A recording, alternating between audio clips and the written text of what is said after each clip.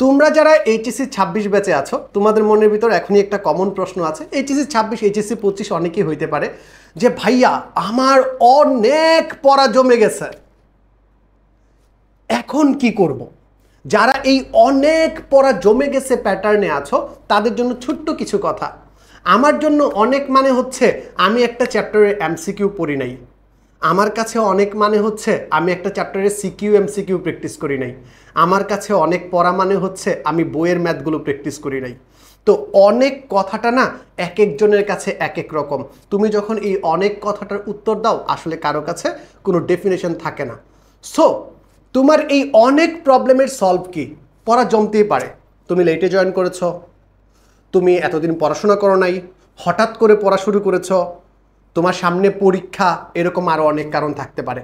এখন ভাইয়া 3 মাসের কাজ যদি 1 মাসে করতে চাও, যদি গুছায়া না করে শুধুমাত্র টেনশন করো, হাহুতাশ করো, তাহলে কিন্তু ভাইয়া প্রবলেম সলভ হবে না। কিভাবে সলভ করতে হবে চলো সেইটাই তোমাদের সাথে একটু ডিসকাস করি।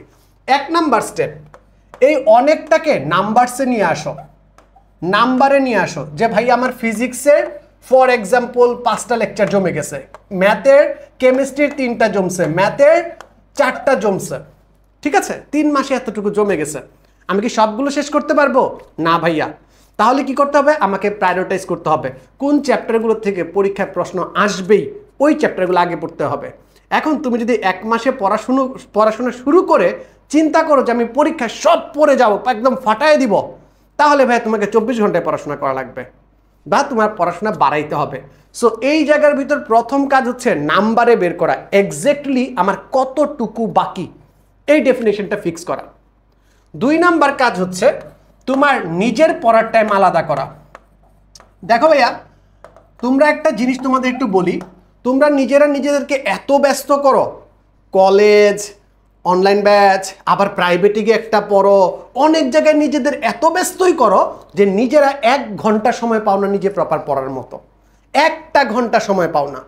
ভাইয়া তুমি যে এই যে পরিশ্রমটা করতেছো না, ফলাফল শূন্য, ফলাফল শূন্য।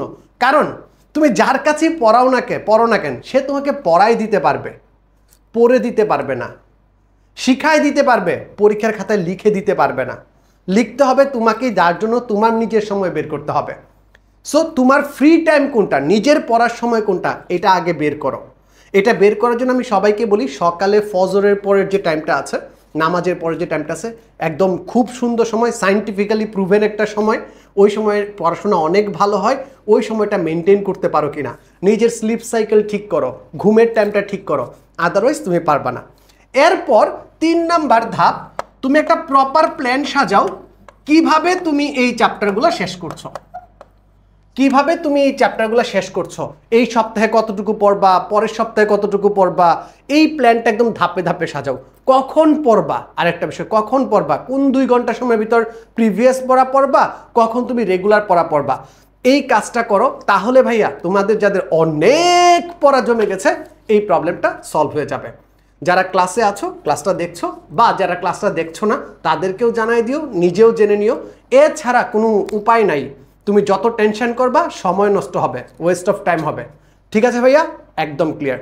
যাদের অনেক পড়া জমে যাওয়ার সিনড্রোমটা আছে তারা এই টেকনিকটা ফলো করবা, রাইট?